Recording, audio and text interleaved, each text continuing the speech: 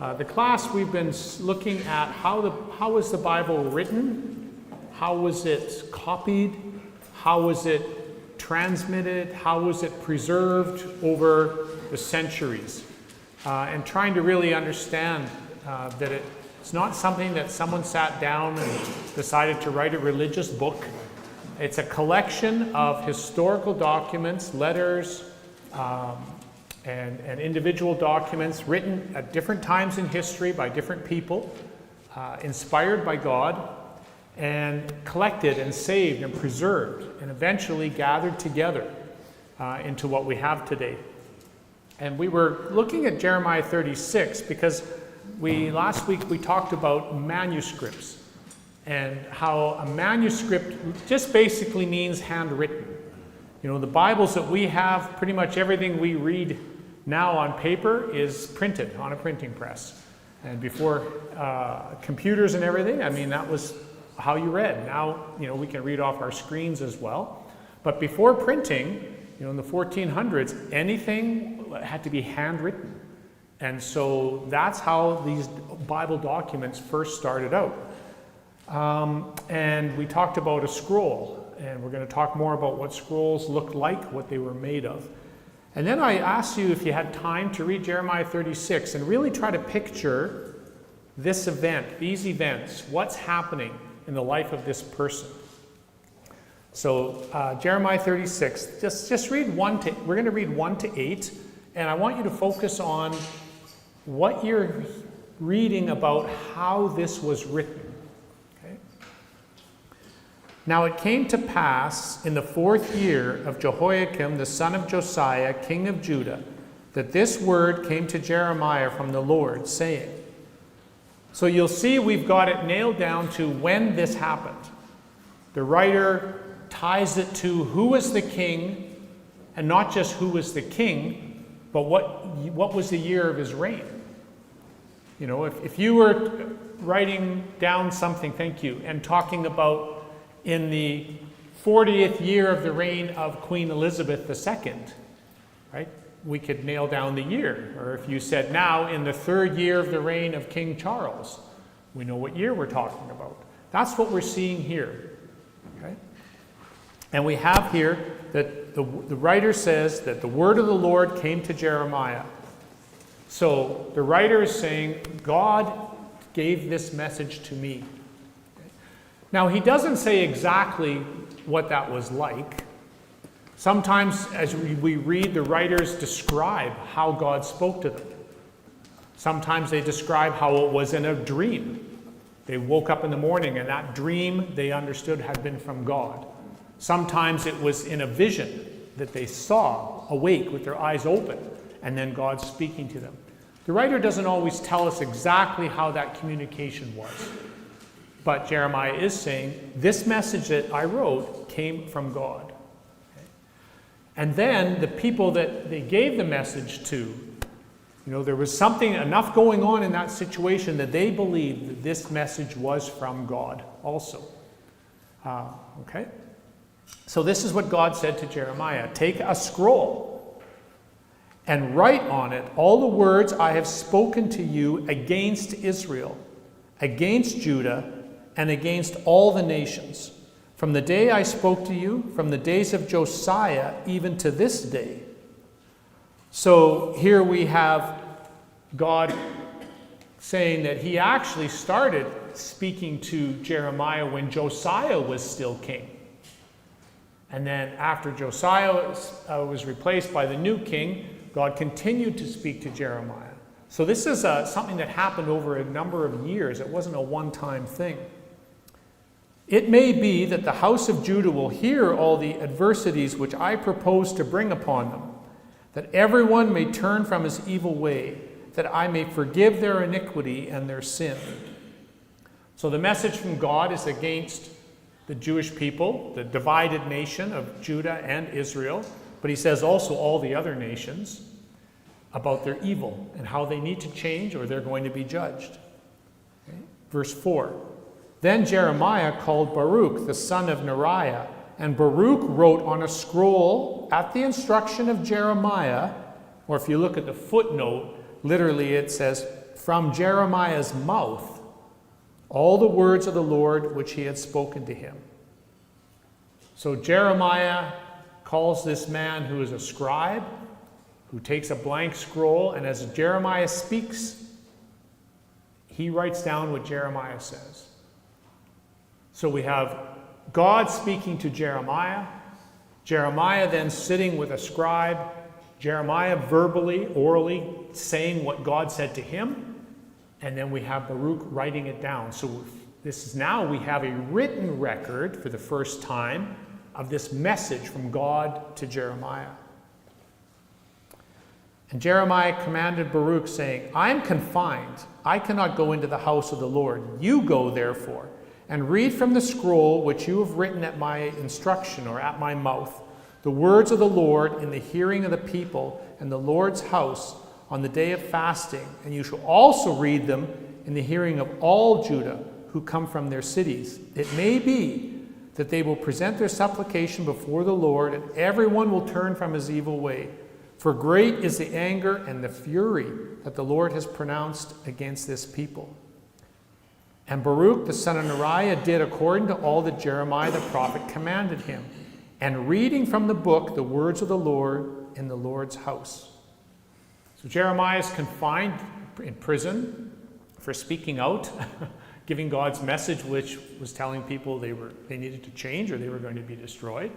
So he says to Baruch, who's now got this written down, now you go and get an audience with the people and you read it to them. And presumably, we're going to see, he would tell them where it was from, right? The prophet Jeremiah got this message from God. He told it to me. I wrote it down. Now I'm going to read it to you. Okay? We jump down to verse 11. So we're not going to read the whole chapter. We'll kind of jump through it. So after it's read, then Micaiah, the son of Gemariah, the son of Shaphan, heard all the words of the Lord from the book. Okay, so people are now hearing for the first time what God told Jeremiah, what Jeremiah said to Baruch and had Baruch write down. Baruch then went to the people and read to them. This man, he then went down to the king's house, into the scribe's chamber, and there all the princes were sitting. Elishama the scribe, Delaiah the son of Shemaiah, Elnathan the son of Achbor, Gemariah the son of Shaphan, Zedekiah the son of Hananiah, and all the princes. Then Micaiah declared to them all the words that he had heard when Baruch read the book in the hearing of the people. So this man, who's influential in their society, is so struck by what Baruch told him, he goes to the scribes that serve the king and tells them what he heard Baruch read that Jeremiah had heard from God. And you'll see that as Jeremiah writes this down, this account later, he's telling you the names of the people that were there. Right? This is an account of what happened because he was there. Keep reading. Therefore, all the princes sent Jehudi, the son of Nathaniah, the son of Shelemiah, the son of Cushi, to Baruch, saying, Take in your hand the scroll from which you have read in the hearing of the people, and come. So Baruch, the son of Neriah, took the scroll in his hand and came to them. And they said to him, Sit down now and read it in our hearing. So Baruch read it in their hearing. So we see this message spreading. Right? He's invited into another audience and he's told, read that to us. Verse 16. Now it happened when they heard all the words that they looked in fear from one to another and said to Baruch, We will surely tell the king of all these words. And they asked Baruch, saying, Tell us now, how did you write all these words? At his instruction? So Baruch answered them, He proclaimed with his mouth all these words to me, and I wrote them with ink in the book or on the scroll. So where did you hear this? How did this happen? He explains the process. Jeremiah said these words to me, I wrote them down. Verse 19. Then the princes said to Baruch, "Go and hide, you and Jeremiah, and let no one know where you are." And they went to the king into the court, but they stored the scroll in the chamber of Elishama the scribe, and told all the words in the hearing of the king. So they don't send Baruch to the king, they tell him to hide. They don't take the scroll into the king. They just go and tell the king what the scribe Baruch told them that Jeremiah had him write down, that Jeremiah said was from God. Now, some of you, I think, hopefully did your homework and read over the week. Any thoughts on why they wouldn't take the scroll in with them? Diane?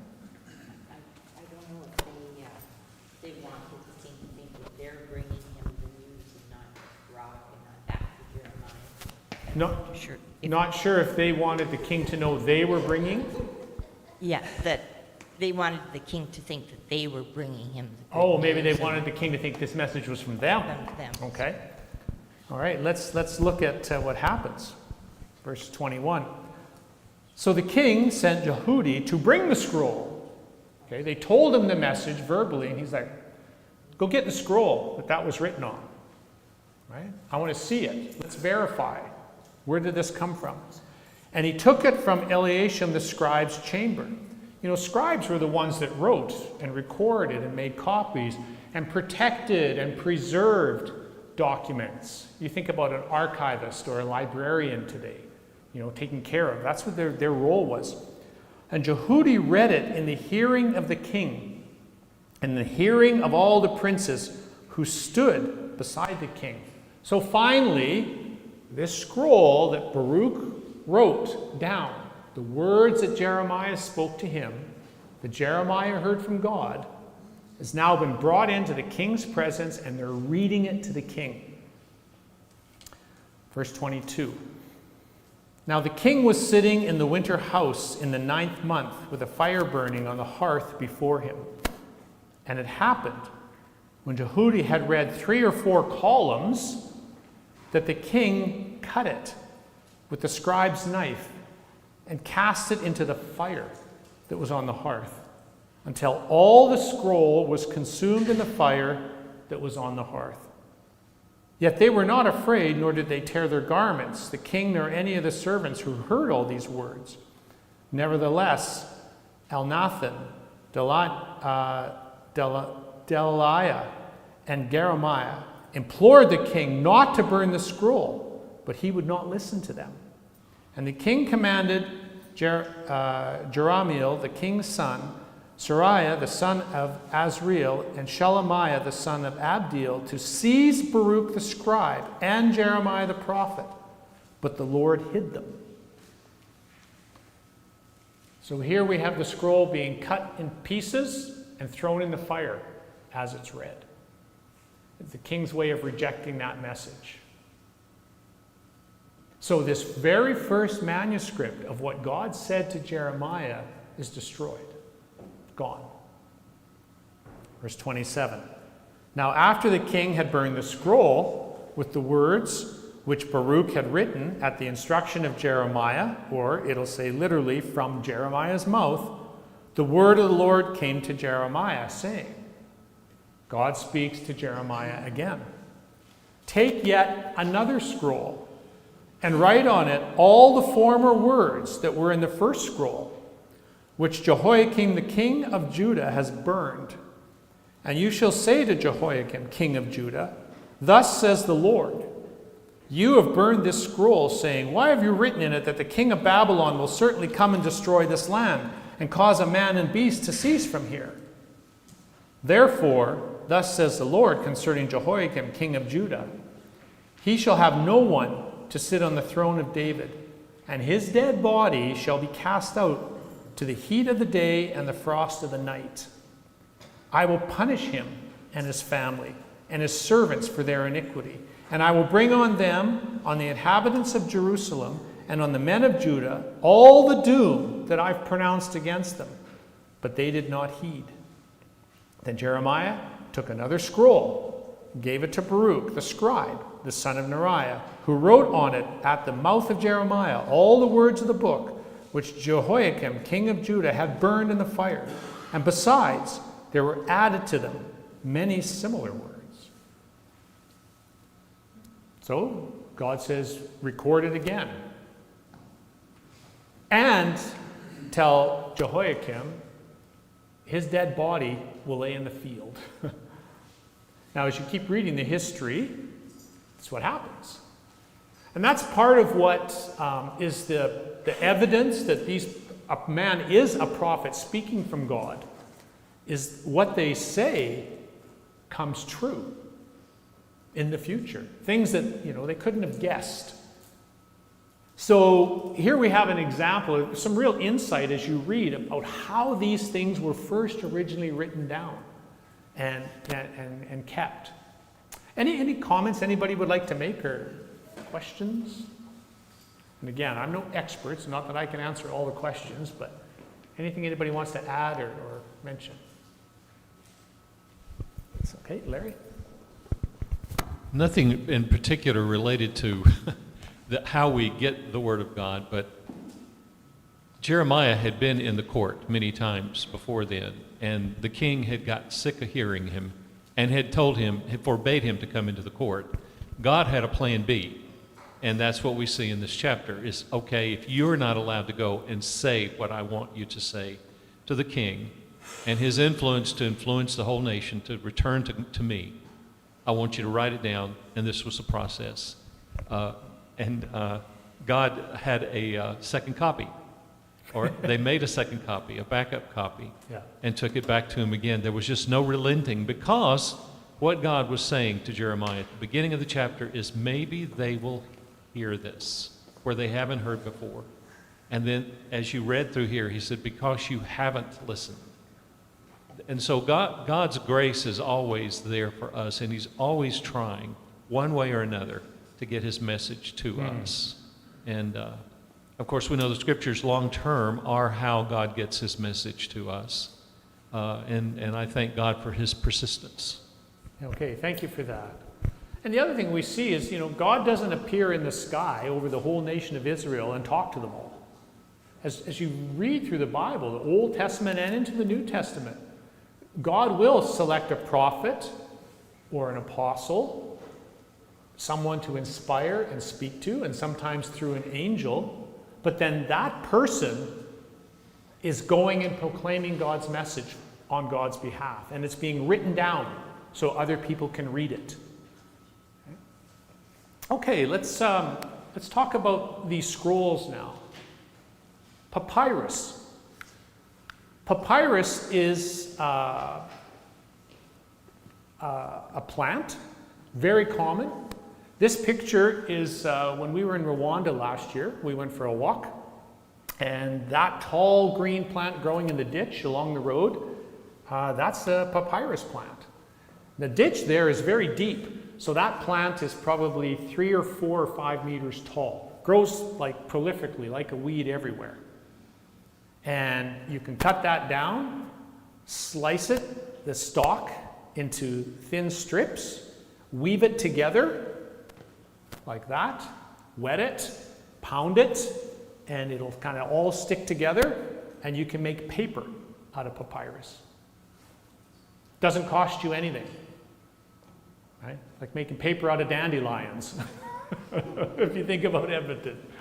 Right? So that's why it was the common form, a common material used for scrolls in ancient times.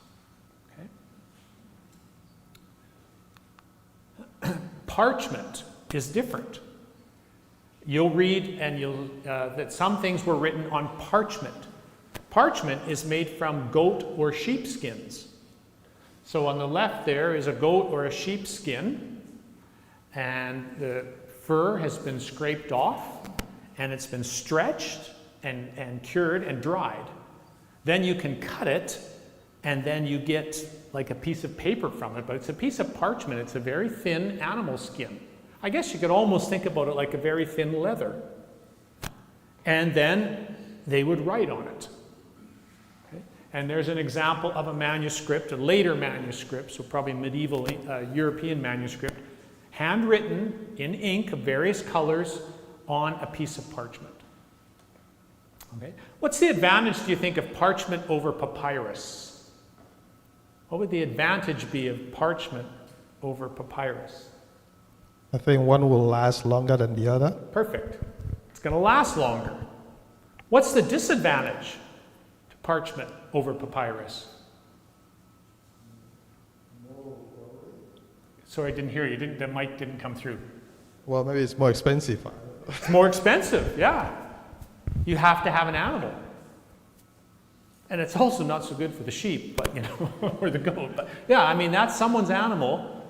So, if you're not getting money for that skin, right, or if you want to make a scroll out of parchment, you have to buy that then, or use your animal that you then can't sell that skin. So papyrus is free. Parchment is going to cost somebody, but it's going to last a lot longer. And then there's vellum. Okay? If you were to take a calf, and again, take its skin, so those pictures there, cure it, scrape the hide off of it, stretch it, you get vellum. A calf is much larger than a goat or a sheep. So from one skin, you're going to get a lot more pieces. And it's also more durable. It's thicker than a goat or sheep skin. So again, it's going to last even longer, but it's going to cost. And that picture there is from a museum. And actually, it says at the top there, Philippians 2, verses 9 to 12, 2 and verse 12. That's what is written on that piece of vellum. So it's an example of an early manuscript written on vellum and some verses from the Bible. Okay. Pottery. And you'll read this in the Bible, there are examples of it, where someone takes an old piece of pottery, a pot has broken or something, it's kind of a scrap, but you could write on that with a reed pen and ink, and that piece of pottery is like a page of a book.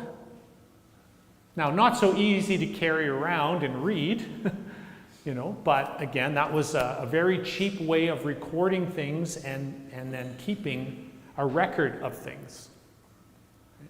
Very durable, as long as you don't drop it, or it's not going to weather like vellum and like papyrus. Because that's the challenge with old documents is they break down over time. Right? Clay tablets. You could take a piece of wet clay, and while it's still wet, take a sharp stick and write in it. And then when it dries, it's going to be very durable. Right? There's no ink to fade. It's, you've written in wet clay or mud that's then dried. So those clay tablets last a long, long time. But again, they're big, they're heavy, not that convenient. Okay? But you'll see that's another way that ancient manuscripts were written, or even parts of the Bible. Wax tablets. This is a modern reproduction, but this was really common in the Roman times, the New Testament times, and the Greek times. You would make a wood frame, so get someone like Larry who does woodwork to make a wood frame for you. Melt wax, pour it in, let the wax set. Then once it's set, you have a metal stylus that then you scratch in the wax.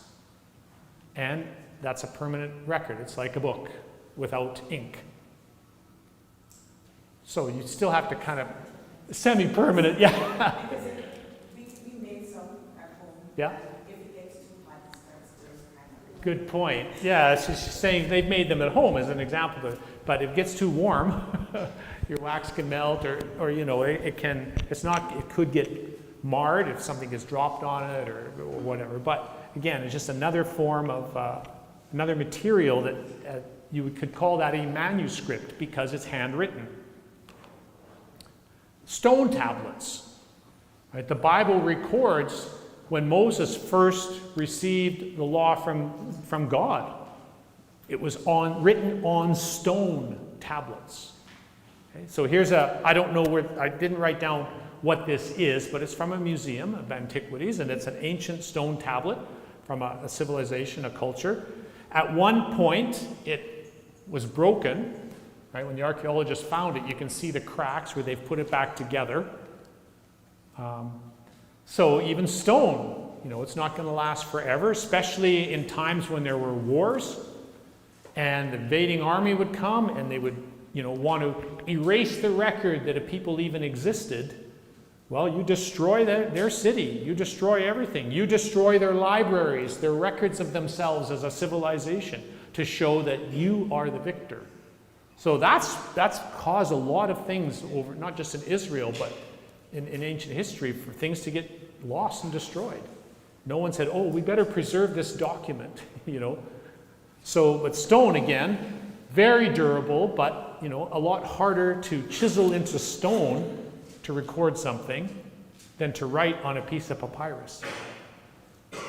Okay, any comments or questions? Just put your hand up if you want to make a comment. Yeah, go ahead. This makes me think about the question of what if some documents or some message from God was lost? And thinking back to Jeremiah, we get the evidence in the Bible.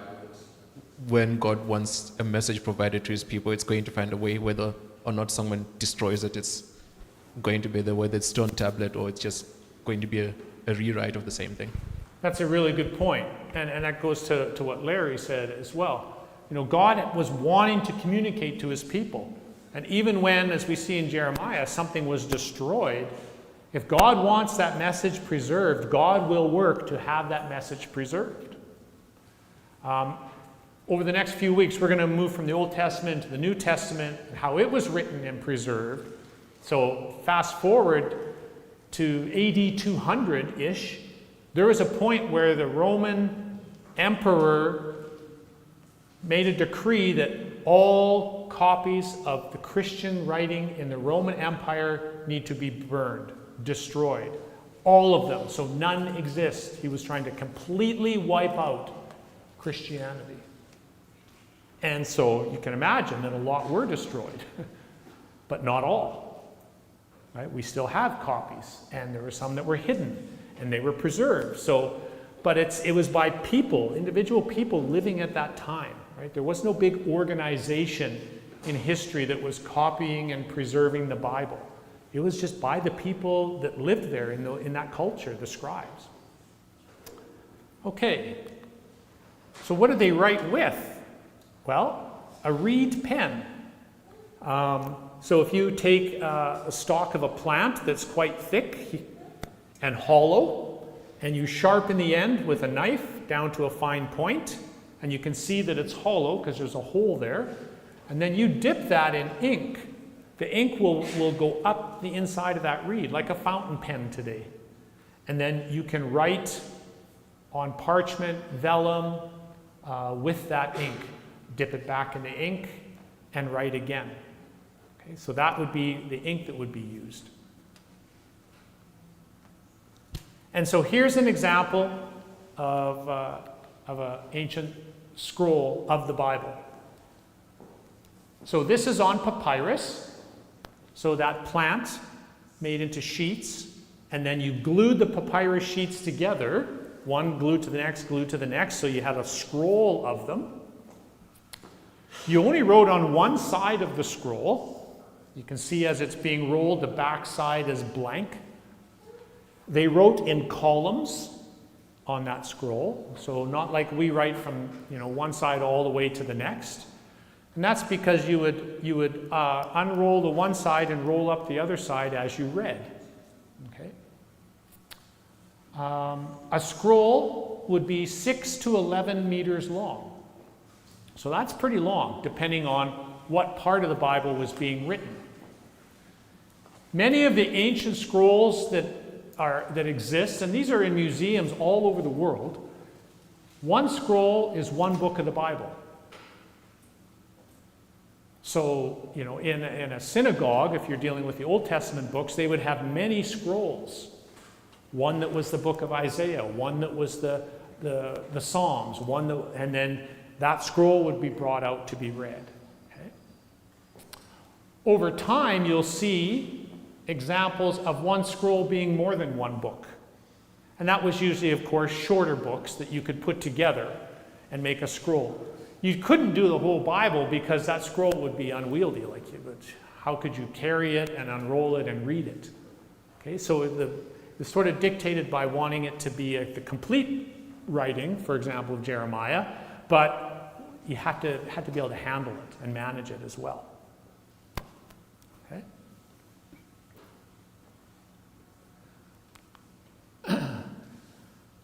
There was go ahead, Catherine. I'm wondering how much.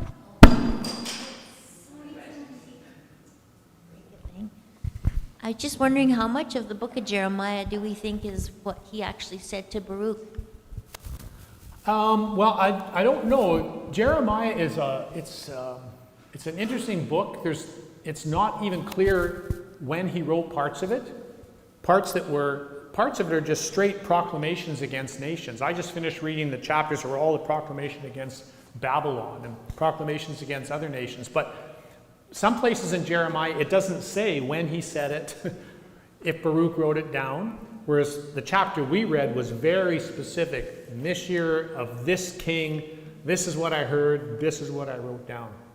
So you can't really lay Jeremiah out like that. The same with Isaiah. It's also not there to be a chronological, this happened, then this happened. But you have the record of the message that was given against nations. Okay. Larry, if we get a microphone to Larry. In your research, looking back at the scrolls, did you read anything about how they would find something? Like, if someone was familiar with manipulating that scroll, they would say that particular passage is 2/3 through, so they got a scroll. Is there some kind of indentation or index?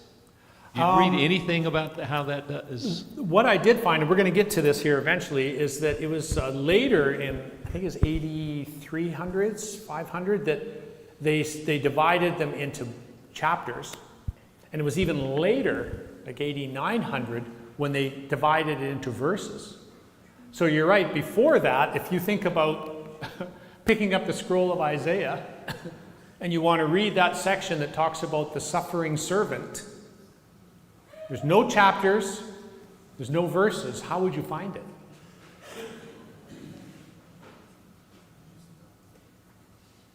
Well, if you've read it a lot and you're familiar with it, you open it and you read.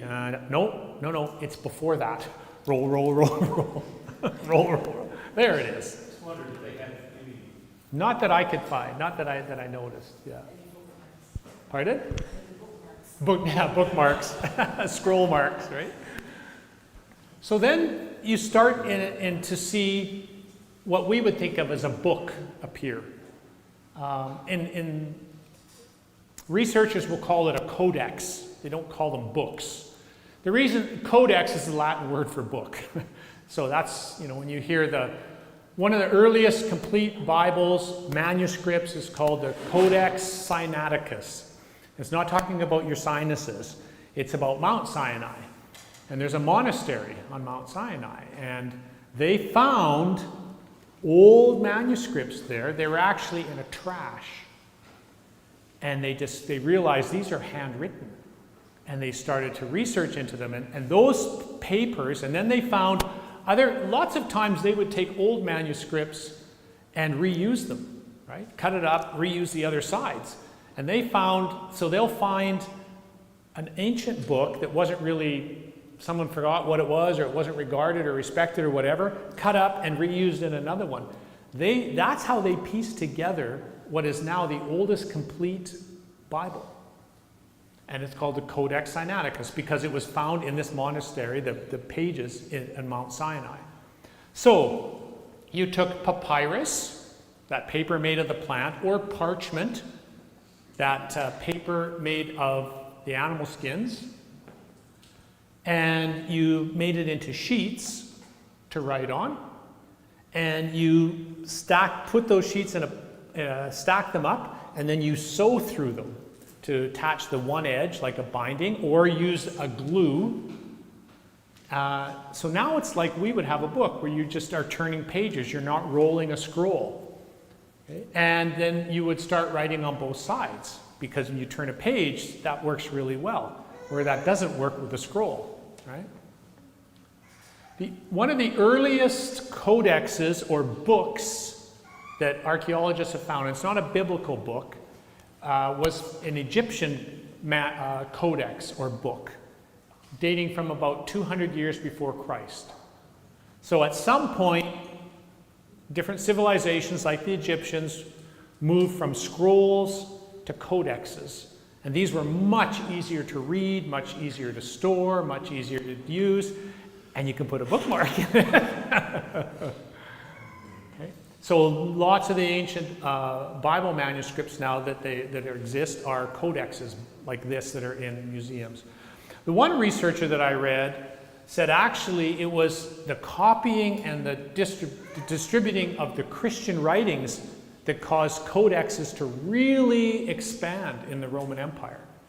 That was a real driving force for it, because people wanted to have the scriptures, right?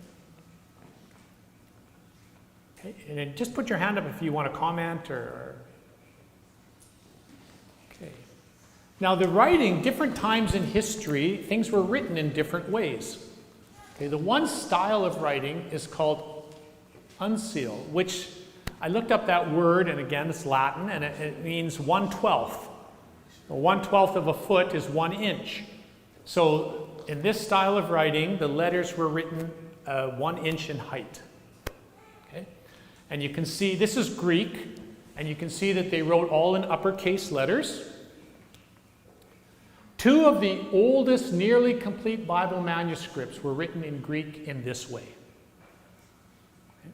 And we've talked about that a few classes ago. Why Greek in the Roman Empire? Because before the Romans conquered that area of the world, the Greeks had. Alexander the Great.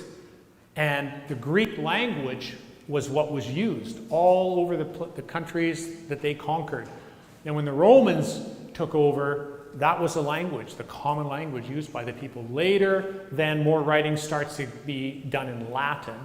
But because of that, the oldest manuscripts of the New Testament you'll find, and some copies of the Old Testament, are in Greek. And this is what it would look like in the columns. The other style is minuscule or small writing. Those of us that are old went to school. Remember how they taught us to write and connect the letters together so you didn't have to lift your pen off the page, right?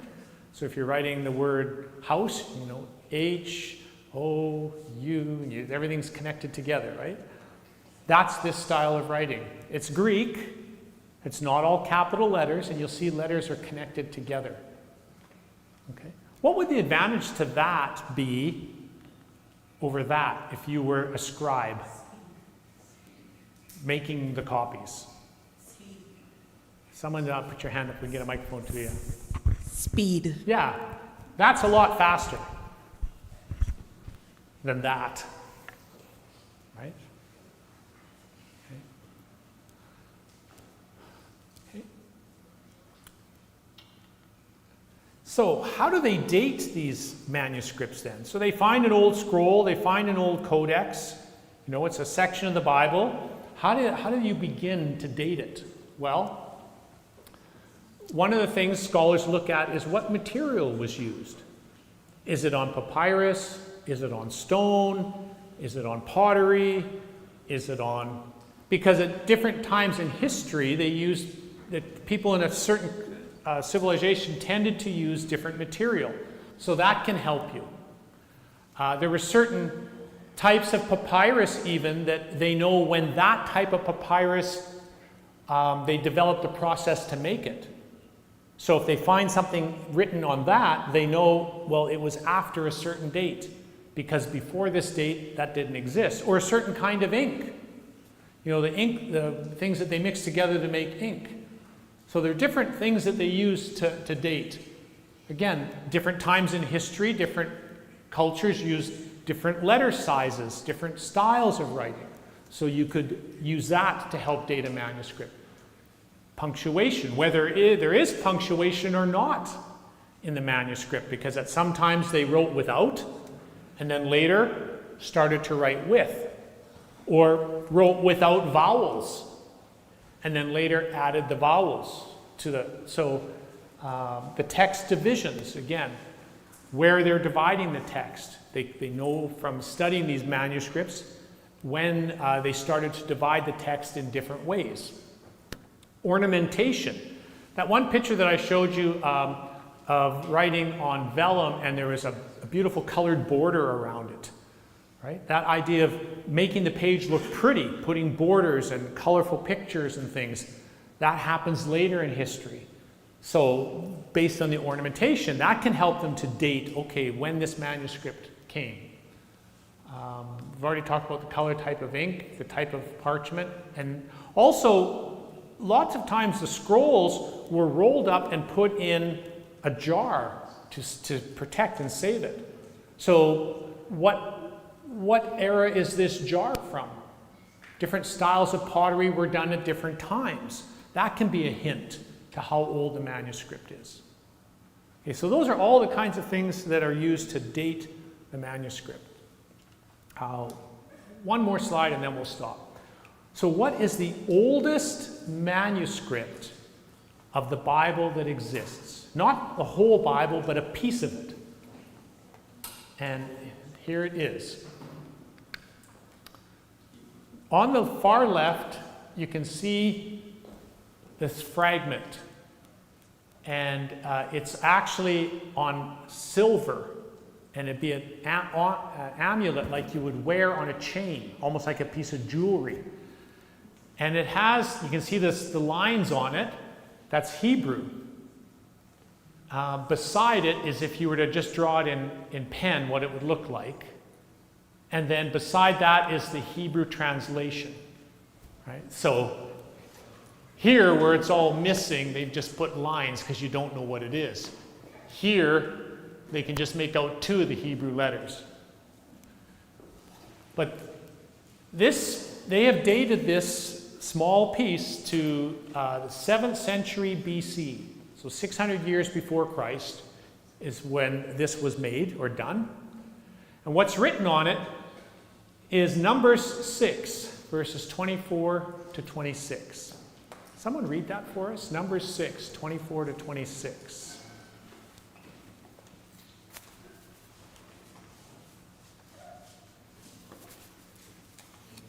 Get a microphone to whoever puts their hand up. Numbers 6, 24 to 26. Who's got it? Thank you, Hessian. May the Lord bless you and protect you. May the Lord smile on you and be gracious to you. May the Lord show you his favor and give you his peace. Okay. So somebody, 600 BC, had those verses inscribed on a silver amulet that they wore and kept with them. And you can understand why when you listen to those words. The Lord bless you and keep you, the Lord, right? Okay. Who wrote that?